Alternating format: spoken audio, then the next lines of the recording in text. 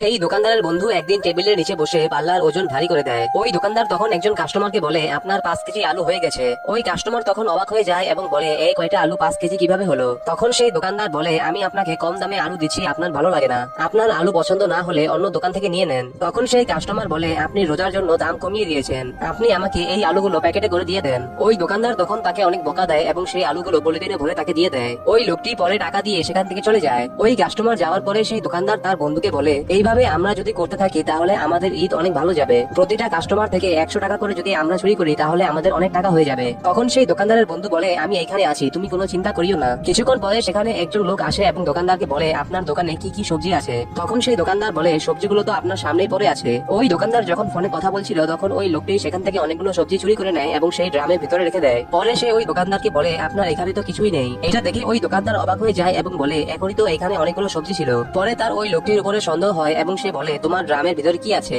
ওই লোকটি তখন বলে, এই ড্রামের ভিতরে কিছুই নেই। ওই দোকানদার তখন এটি বিশ্বাস করে না এবং সেই ড্রাম চেক করার জন্য আসে। তখন ওই লোকটি তাকে ওই ড্রাম চেক করালে সেই দোকানদার দেখে সেখানে কিছুই নেই। ওই লোকটি তখন তার খালি ড্রাম নিয়ে সেখান থেকে চলে যায়।